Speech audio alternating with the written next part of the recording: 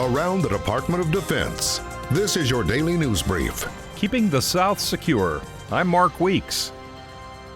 Defense Secretary Dr. Mark Esper met with senior Korean officials in Seoul on Friday as part of his first trip to the Indo-Pacific region as secretary. During a meeting with the South Korean defense minister, the secretary gave assurance the alliance between the two countries remains strong. I come here today to reaffirm that our United States Republic of Korea alliance is ironclad. It is the linchpin of peace and security both on the Korean Peninsula and in Northeast Asia.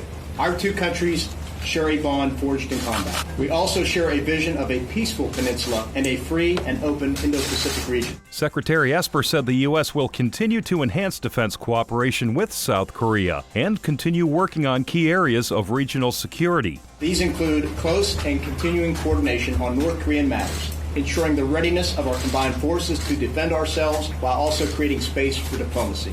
Together with our allies from around the region, we will remain resolute in our enforcement of the United Nations Security Council resolutions until the North engages in complete, verifiable, irreversible denuclearization of the Korean Peninsula.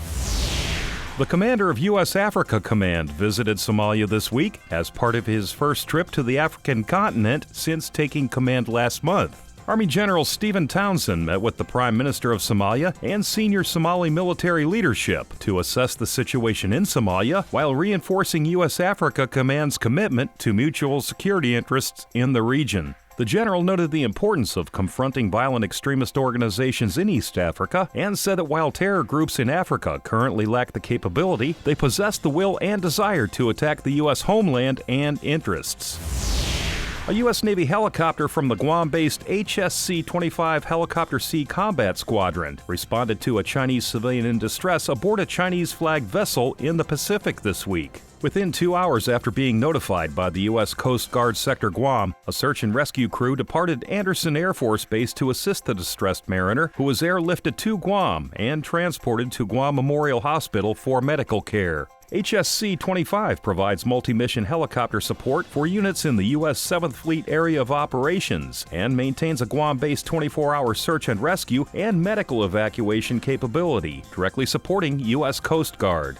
That's your DoD News Brief. I'm Mark Weeks. You can find more stories about your military at defense.gov and by using hashtag KnowYourMil.